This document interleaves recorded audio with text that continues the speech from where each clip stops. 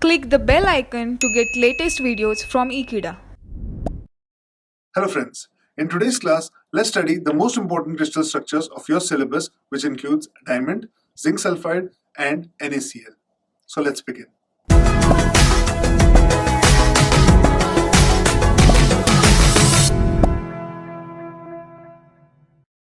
As you know, diamond is the strongest element found on this earth, but it is made up of carbon. So let's study the crystal structure behind diamond, which makes it the most strongest element. Now, as you know, diamond, it is made up of carbon atoms. Now, we'll just draw a unit cell and place different carbon atoms on the vertices and of course on the walls to make it look like a crystal. So, this is the unit cell. As you can see, there are two diagrams. One is the three-dimensional perspective and next is the side view. Now, you can see there are elements being placed on the diagrams. Now, there are two atoms which have been placed on the vertices. This is the third one and that's the fourth. For the same third-dimensional perspective diagram, you'll get a side view image of the same. Now, you have four other atoms at the back which constitutes for 8 atoms on the vertices. Now, you have face-centered atoms. Now, watch this very carefully because that's the most important thing. Now, you have one atom coming on the top face which on the side view appears here. Then you have an atom present on the bottom face which then appears here. Of course, one on the left, one on the right. Then you have one atom on the front and the next atom at the back. So there are total 6 faces in a cube, and for 6 faces you have one atom each.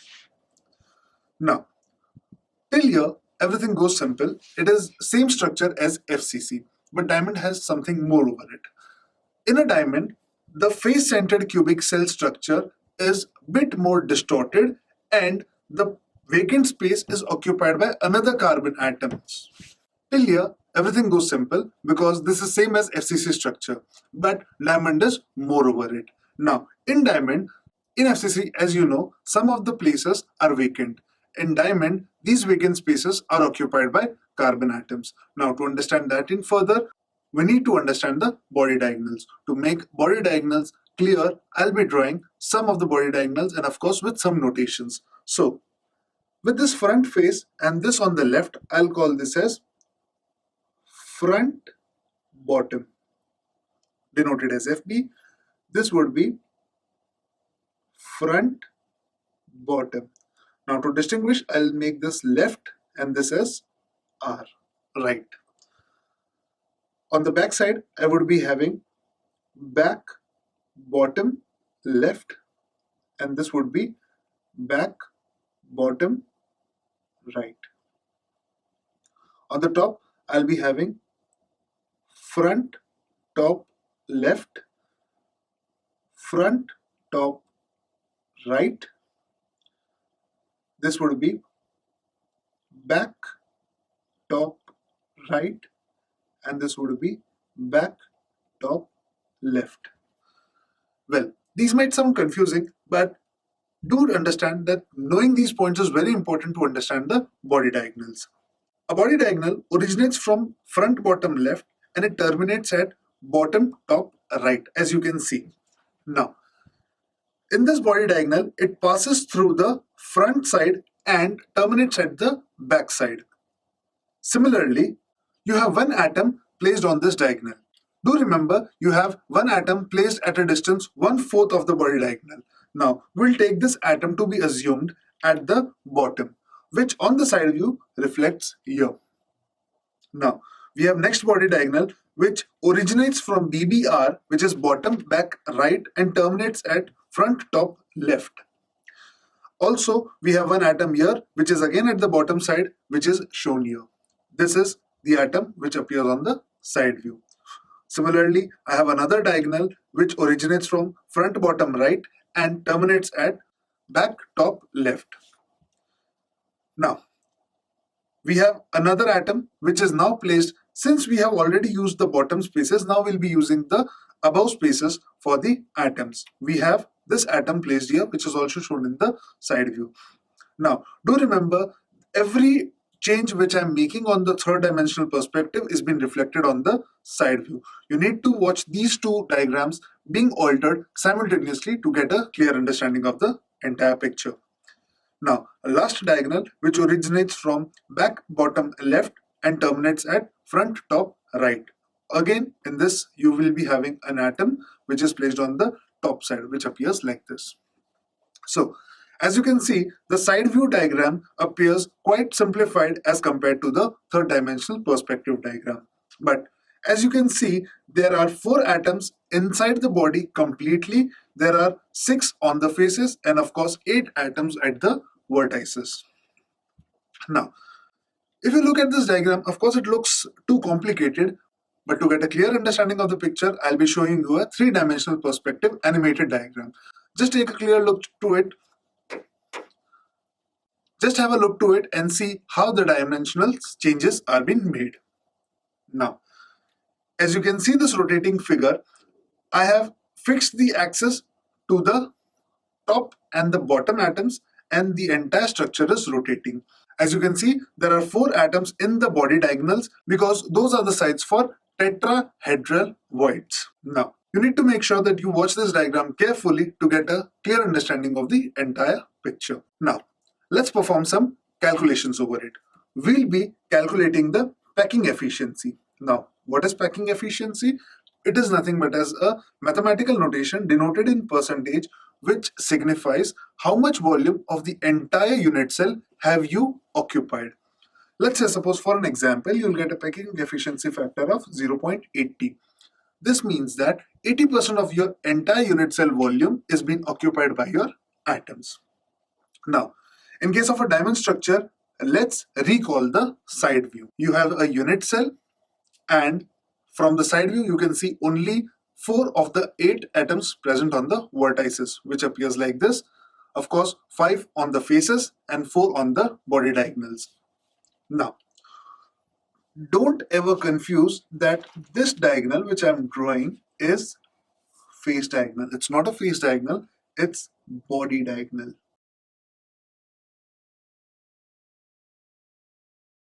Now, there's a difference between face diagonal and body diagonal. Now, face diagonal is root 2 times of the side, as you can see on the clear geometry.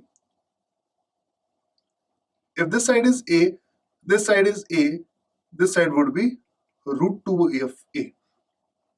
But body diagonal in case of a cube is nothing but as root 3 times of A. Now, let's draw this body diagonal atoms. Now, you have one atom.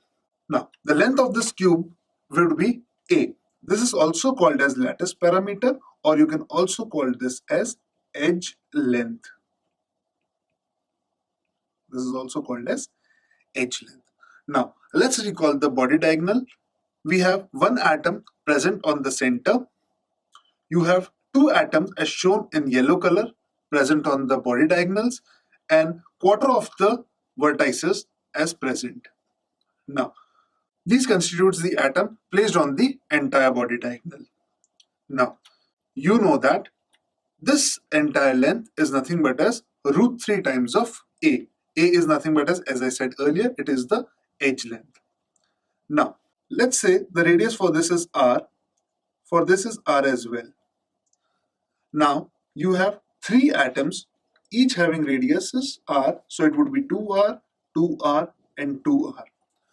Mathematically, I can add up all these values, which then equals to root 3 times of A. So, I can say 8 times R equals to root 3A, which gives R as root 3A by 8. Now, this is a relation between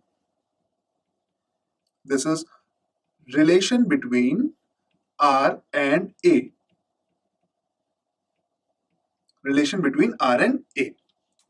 Now, you know that APF or average packing factor, which is also termed as the packing efficiency factor, is nothing but as total volume occupied divided by volume of the unit cell. Now, total volume occupied needs to be computed by taking into account the total number of present atoms in the unit cell, whereas volume of the unit cell is always known. As you know, since it is a cube, you can say the volume of the cubic cell is A cube, which is nothing but a side cube.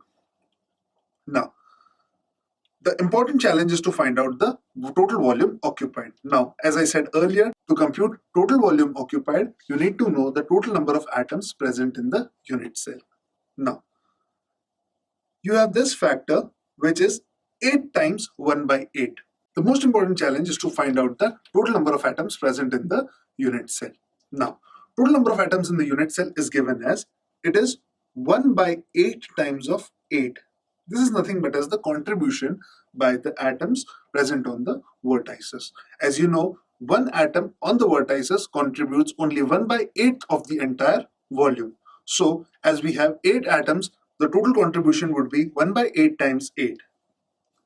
This would be the vertices. Then you have face-centered atoms. As you know, on the faces, each atom only contributes half of its volume. So totaling to half times of 6 faces, which is by the faces. This is the contribution by the face atoms. Now, then you have contribution by the atoms which are present entirely inside the unit cell, which are nothing but as the yellow colored atoms, as you can see on the body diagonals. They contribute the complete volume inside it. So you have 1 into 4. These are present on the body diagonals. If you add them together, you'll get 8. Well, this 8 is nothing but as the total number of atoms or total number of effective atoms present in the unit cell. They might be present in broken quantity, but if I add up all those broken quantity also, I'll be getting volume equal to 8 atoms. So that's the reason you get the total number of effective atoms as 8. Now, total volume occupied, as you can see, is nothing but as 8 times of 4 by 3 pi r cube. Now, this 4 by 3 pi r cube is volume by one atom, and you have multiplied it by 8. Now, you already know that the value of r is root 3a by 8. Now, you just need to substitute that value in this equation to get a simplified equation which appears something like this. Now, on solving, you will get this equation as this. Now, you know the total volume occupied, you also know the volume of the unit cell. Now, you will be substituting these two values in the APF equation, and finally you will be getting a value equal to this. Cancelling out a and a, the final answer that you will get is root 3 pi by 16, which is equals to 0.34 or 34%. So the conclusion is packing efficiency of diamond crystal is 34%. Now, as you know, if you subtract 34 from 100, you'll get 66. Now, what analysis can you make from this factor? Well, the most important analysis that could be made from this factor is 66% of the entire unit cell volume is vacant. Now, the first and foremost inference from this data is diamond is light in weight. As you know, 66% of the volume is vacant, which makes diamond. Of course, I'm not talking about the strength, I'm just talking about the density. Diamond is weighing very less compared to its volume, which is inferred by 66% of the vacant space. Now, second inference is if diamond is 66% vacant, why it is the strongest material on this earth? Well, answer to this is bonding. Now, as you know, carbon is bonded by 4 other carbon atoms by coordinate bond. Now, to understand the bonding, let's study the next slide. Now, so, as you know, the significance of diamond structure is its coordination number is 4. Now, what is coordination number? Well, just have a look to it. Now, this is carbon, and this carbon atom is surrounded by 4 other carbon atoms. The just next number of neighbors is nothing but as coordination number. Now, so in diamond, the neighbors or the immediate neighbors equals to 4 and next neighbor equals to 12. Now, the most important thing is they are bonded by covalent bond, which makes the carbon bond or which makes the carbon-carbon bond in diamond particularly most stable. Now, the most important property of carbon is the catenation. Now, you might be knowing catenation is a property in which an element forms chain with its own and into an infinite value. This property of an element forming multiple chains with itself and repeating it infinitely is called as catenation. And this is the reason why diamonds do not need to be synthesized, they are found in nature. The most important conclusion from this derivation is also ZNS. Now, ZNS has found to have a similar structure as that of the diamond. But do not confuse, since the structure is same, so you cannot say that ZNS is as strong as diamond. Diamond is strong because all the elements are same, but in ZNS that's not the case. Now, as you can see in the diagram, the purple colored atoms are nothing but as zinc atoms. They are zinc atoms, and the 4 atoms inside it are sulfur atoms. Now, since important conclusion obtained from this derivation is the structure of ZNS. Now, we have found that ZNS possesses the same structure as that of diamond. But does that mean it is having the same strength as that of diamond? Of course, no. Why? Because in diamond, all the atoms, be it on the vertices, on the faces, or on the diagonals, they are same, which is carbon. But that is not the case in case of ZNS. Now, you see the structure of ZNS. The purple colored atoms are of zinc, whereas yellow colored atoms are of sulfur. Now, this is how the structure of ZNS is represented in bell and ball form. Well, this is how the structure of zinc is represented in ball and dash form. Now, as you can see, the zinc atoms takes the places of vertices and on the faces. Now, on the diagonals, you have this sulfur atoms present. Now, you can also refer the same diagram as to that of diamond, wherein you have seen this S atom, which I have shaded, is on the bottom side, and this is also on the bottom side. Now, the next diagonal atoms are on the top side but on the opposite body diagonals, this and this as well. Now, let's study the structure of diamond and zinc again based on reverse engineering. This reverse engineering concept is very important to study the complicated structure of diamond and zinc. Now, we'll shade out the different types of atoms in both of the structures. Now, in case of diamond, as you can see, the shaded in red are the vertices.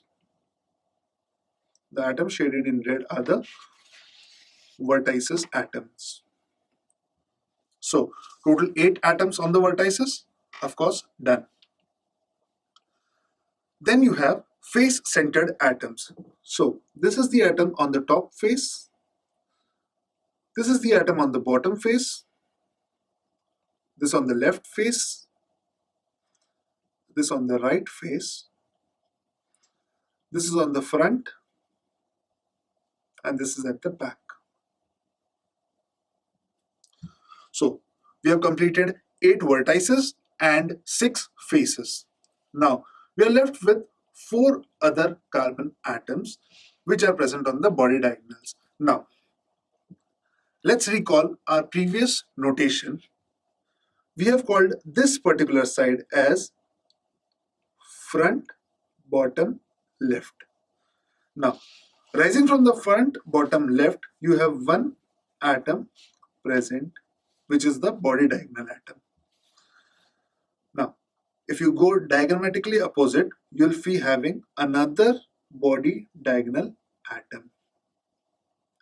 Now, this is present on the back, bottom, left.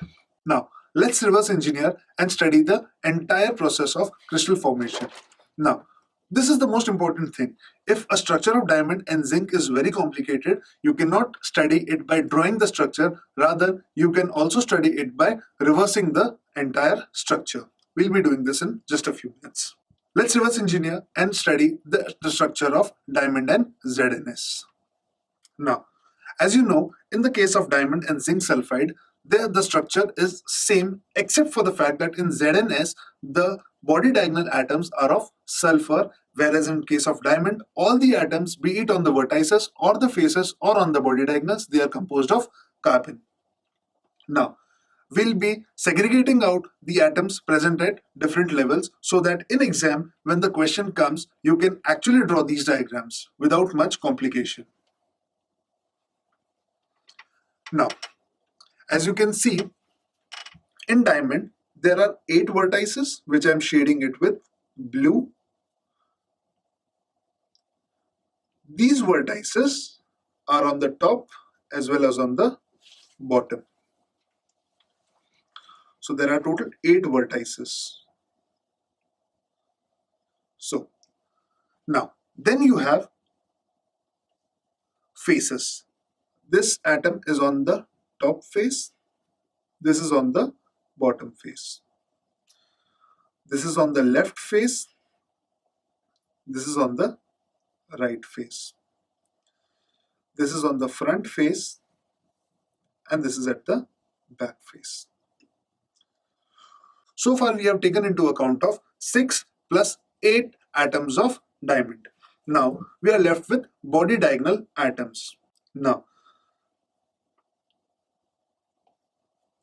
if you remember the previous notation, we have called this as front, bottom, left. This we have called as back, bottom, left. We have called the above as this is back, top, left, and this is front, top, right. Now, as you can see, FBL and BBL, they are diametrically opposite, and of course BTL and FTR are diametrically opposite. Now, for these two diametrically opposite points, for these 4 diametrically opposite points, we have body diagonals raised at a distance of 1/4 of body diagonal. Now, just take an example of this atom. Now, this atom is placed at a distance of this distance, which I'm denoting as x, equals to 1/4 of the body diagonal. Similarly, this is the atom of the body diagonal, this is the atom of the body diagonal, and this is the atom of the body diagonal as well. Let's study the zinc sulfide structure. Now, the atoms present on the vertices, like this, the atoms present on the faces, front, back, left, right, and of course on the top, they are zinc atoms. Now, the atoms present on the body diagonals are sulfur atoms. So in exam, if they ask you draw the structure of diamond or ZNS for that matter, you just need to follow this particular step. Draw a cube in 3-dimensional domain, of course. After that, draw the vertices, atoms. Then draw the faces, atoms. Now, once you have completed here, you will be done with your structure that would be called as FCC structure. Now, the structure of diamond and graphite is just one additional step to FCC, wherein you need to draw 4 different atoms again, 4 atoms again, but from the